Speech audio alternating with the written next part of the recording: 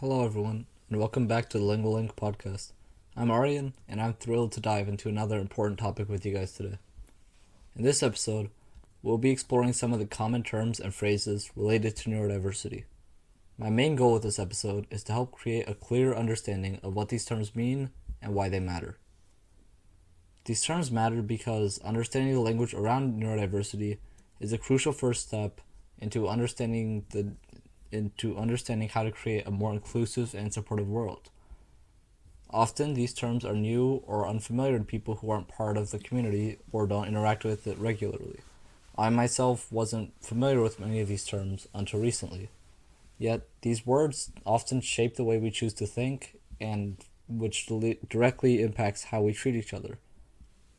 By understanding these terms, we're able to think and act in more inclusive ways and create a better society for all. So let's begin with the term neurodivergent itself. Neurodivergent refers to individuals whose brain functions differently than those who have what is considered normal function.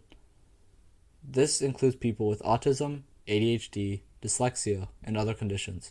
A key point to remember is that being neurodivergent doesn't mean that there's something wrong with you. It simply means that your brain processes information in a unique way. In fact, neurodivergent often comes with strengths, such as intense focus, creativity, seeing problems from perspectives that others might miss. This term, neurodivergent, is intended to reframe these differences as part of the natural human diversity rather than deficits that need to be fixed. Let's move on to the word neurotypical. The term neurotypical is essentially the counterpart to neurodivergent. Neurotypical refers to individuals whose cognitive processes and behaviors are consistent with societal norms. Essentially, a person who doesn't have any neurological conditions and would be considered quote-unquote normal. This term is often used as a point of comparison to help highlight how neurodivergent individuals may experience the world differently. Recognizing neurotypicality reminds us that what's often considered normal is just one of the many ways to think, feel, and experience the world. Next up is stimming, which is shorthand for self-stimulatory behavior. Stimming includes repetitive actions or movements such as hand flapping, rocking, or tapping. Many neurodivergent individuals, particularly those on the autism spectrum, use stimming as a way to regulate sensory input or express emotions. For example, someone might stim to calm themselves in a stressful environment or to express excitement. Everyone engages in stimming to some extent. Think of tapping your foot when you're anxious or twirling your hair when you're thinking. But for neurodivergent individuals, stimming is often more noticeable and can be misunderstood.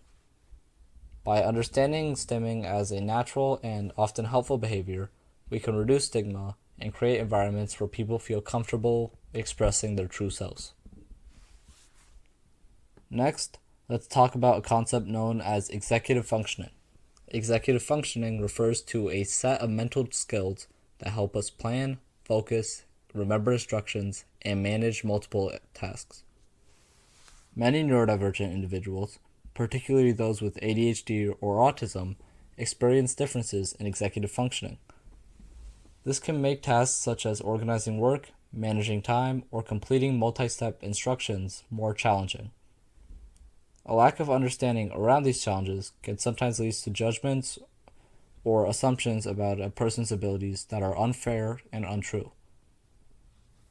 However, with strategies such as visual planners, reminders, or task breakdowns, many neurodivergent individuals can build skills to manage these tasks successfully. Sensory processing sensitivity is another term that often comes up in conversations about neurodiversity. This term refers to the way that someone's nervous system responds to sensory input. Neurodivergent individuals may have heightened sensitivities to things such as sounds, lights, textures, or smells. Imagine how difficult it would be to focus in a room with buzzing fluorescent lights or loud background noise if your senses were heightened. Recognizing sensory sensitivity and creating accommodations, such as quiet rooms or sensory-friendly spaces, can make a huge difference in accessibility for neurodivergent individuals. Another term you may come across is masking. Masking is when neurodivergent individuals suppress their natural behaviors, such as stimming or unique speech patterns, to fit in with neurotypical expectations. While masking might help someone feel more accepted in certain social situations, it can be incredibly exhausting and even lead to harmful effects for a person's mental health. Constantly masking to blend in with society can lead to burnout and a loss of sense of self-identity over time. By being aware of the pressures around masking, we can work toward creating environments where neurodivergent individuals feel safe just being themselves.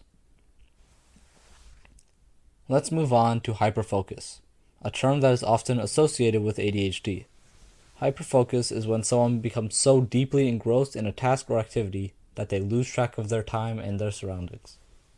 While this can be an asset in certain situations, it can also be a challenge when attention needs to be shifted or when other responsibilities are waiting. Recognizing hyperfocus as part of the ADHD experience allows us to appreciate the benefits while also providing tools necessary for managing potential downsides. Finally, let's talk about the neurodiversity movement as a whole. The neurodiversity movement is centered around the idea that neurological differences are normal variations of the human experience. Rather than trying to fix or cure these differences, the movement tells us that we should move towards acceptance, inclusion, and support of these differences. It encourages us to think about how we can change society to better accommodate all kinds of minds. This movement has helped bring awareness and acceptance, but we still have a long way to go in making sure that neurodivergent individuals are truly welcomed and valued.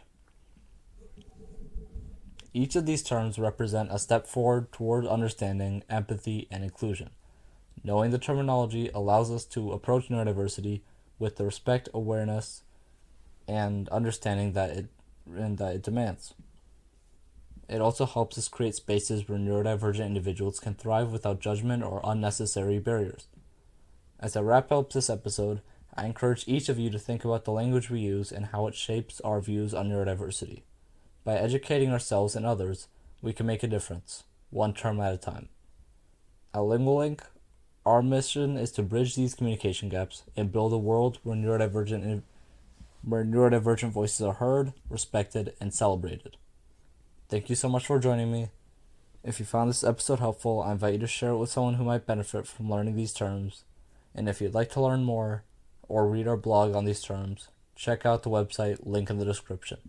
Until next time, let's keep learning and connecting. Take care, and thank you for listening.